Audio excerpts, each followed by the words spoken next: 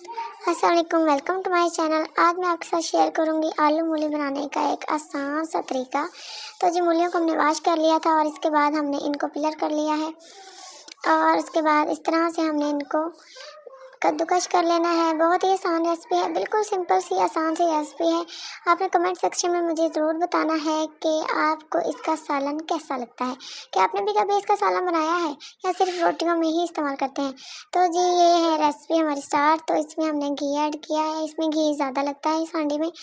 तो प्याज को हमने लाइट ब्राउन करने के बाद इसमें थोड़ा सा लहसुन और 4 से 5 अदद हरी मिर्चें ऐड कर दी हैं।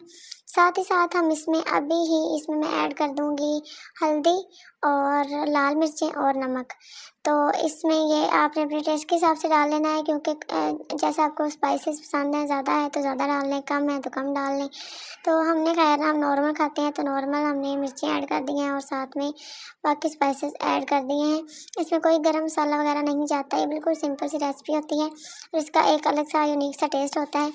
तो चैनल पर नए हैं तो चैनल को सब्सक्राइब कर दें और वीडियो को लाइक ज़रूर कर दिया करें। और इसके बाद हमने इसमें टमाटर ऐड कर दिए हैं। भुनाई के बाद हमने इसमें आलू और जो मूली थी वो ऐड करके इसको अच्छे से हिला लेना है, मिक्स कर लेना है और फिर इसको दम दे देना है।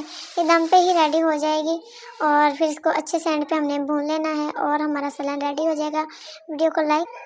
इसी सालन को अगर आप सुबह रोटी में पराठा बना के यूज़ करते हैं तो भी ये बहुत लजीज लगता है। इसको ज़रूर रेसिपी को आजमाइएगा। चैनल पर नए हैं तो चैनल को सब्सक्राइब कर दें और वीडियो को लाइक कर दें और शेयर कर दें। Thanks for watching.